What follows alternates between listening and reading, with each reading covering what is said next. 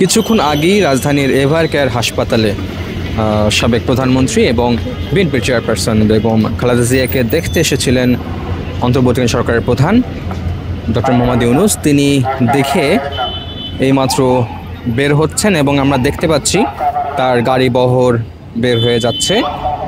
ঠিক কিছুক্ষণ সময় তিনি সেখানে অবস্থান করেছিলেন এবং তিনি বেগম খালেদা জিয়ার শারীরিক খোঁজখবর নেন। হয়তো এই বিষয়ে ব্রিফ করতে পারেন সেখানকার কর্তব্যরত চিকিৎসক যারা রয়েছেন, তারা ব্রিফ করতে পারেন। আমরা এভারকেয়ারের সামনে রয়েছি, আমরা আপনাদেরকে বিস্তারিত জানানোর চেষ্টা করব।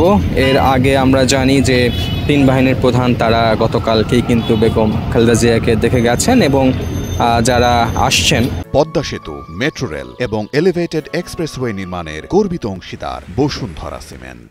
এখানে বিএনপি নেতাকর্মীরা, এখানে প্রচুর বিএনপি নেতাকর্মীদের ভিড় হয়তো আপনারা লক্ষ্য করছেন। তারা আসছেন এবং তারা চাইছেন যেন তাদের যে নেত্রী তিনি দ্রুত সুস্থ হয়ে তাদের মাঝে আবার রাজনীতির মাঠে ফিরে আসবে, এমনটাই প্রত্যাশা করছেন বিএনপির যারা নেতাকর্মী রয়েছেন তারা।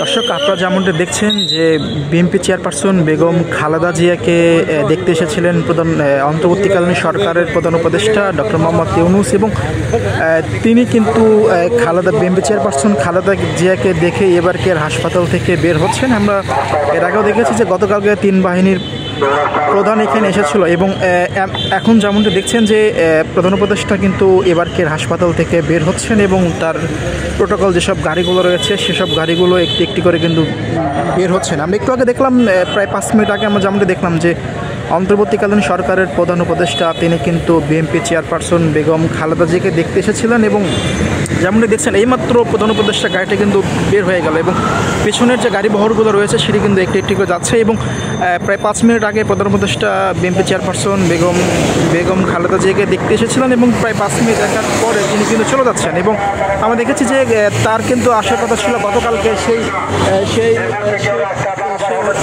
অন্তর্বর্তীকালীন সরকারের প্রধান উপদেষ্টা তিনি কিন্তু এইমাত্র বের হয়ে গেলেন এবং বিএনপি চেয়ারপারসন বেগম খালেদা জিয়ার স্বাস্থ্য পরীক্ষার কী পরিস্থিতি সেটি কিন্তু তিনি পর্যবেক্ষণ করেছেন।